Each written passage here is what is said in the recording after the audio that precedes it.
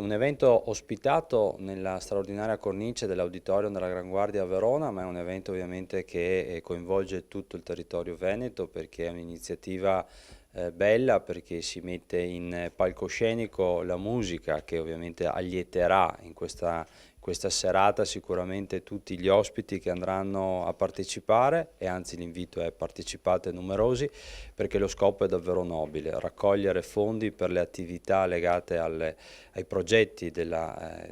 rete veneta delle cure palliative pediatriche, ma anche per adulti, perché credo che il progetto debba coinvolgere ovviamente tutti coloro che hanno sfortunatamente questa difficoltà, e che cerchiamo di aiutarli sostenendo i progetti con i finanziamenti e raccogliendo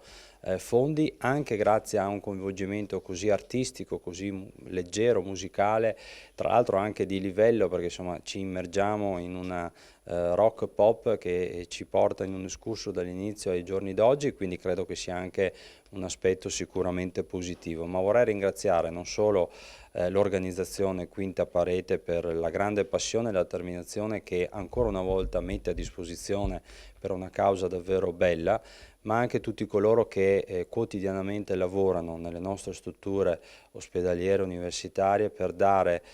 servizi, sostegni, aiuti concreti alle famiglie che hanno necessità, che hanno bisogno, e che grazie alle cure palliative riescono così ad accompagnarli in un cammino meno faticoso, e ci auspichiamo ovviamente che gli investimenti continuino in questa direzione, perché nella nostra regione abbiamo sempre più bisogno, e credo che anche i nostri concittadini apprezzino questi tipi di iniziative. Cosa è successo lo scorso anno? Lo scorso anno 680 persone presenti al Palazzo della Gran Guardia hanno ascoltato il lavoro di medici e di operatori sociosanitari dell'ambito non solo palliativista, ma di tutto quello che riguarda il ramo della medicina e del volontariato. Abbiamo raccolto 15.000 euro che ci hanno appunto portato a pensare di riproporre l'iniziativa. L'anno scorso abbiamo sostenuto l'Hospice pediatrico di Padova, che è il centro regionale di riferimento per le cure palliative, ma anche le attività dell'ASL 9 Scaligera, quindi Verona, e le attività dell'ospedale, l'azienda ospedaliera veronese, con un occhio di riguardo e un certo tipo di lungimiranza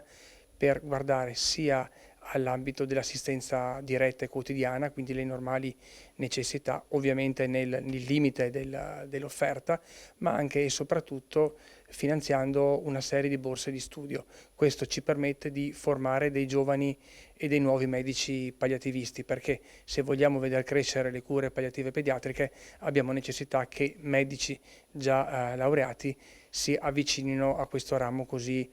sensibile e particolare della medicina. Quindi guardiamo anche e soprattutto all'ambito della formazione. Quest'anno riprendiamo le medesime finalità, però ci allarghiamo anche a far conoscere l'attività di una fondazione nazionale come Fondazione Maruzza, che si occupa in tutta Italia di divulgare le cure palliative pediatriche, e sosteniamo Fondazione per l'Infanzia Ronald McDonald, che non si occupa di cure palliative pediatriche in maniera diretta, però le sostiene quotidianamente con le loro case McDonald e con le loro family room, attraverso l'ospitalità di bambini che devono svolgere dei lunghi cicli di terapie e le relative famiglie. Si partecipa prenotandosi tramite il sito eventbrite.it, si digita la musica, si fa solidarietà, si può generare un codice di ingresso, formalizzare una prima offerta responsabile proprio per questioni di gestione del pubblico la sera stessa. Sono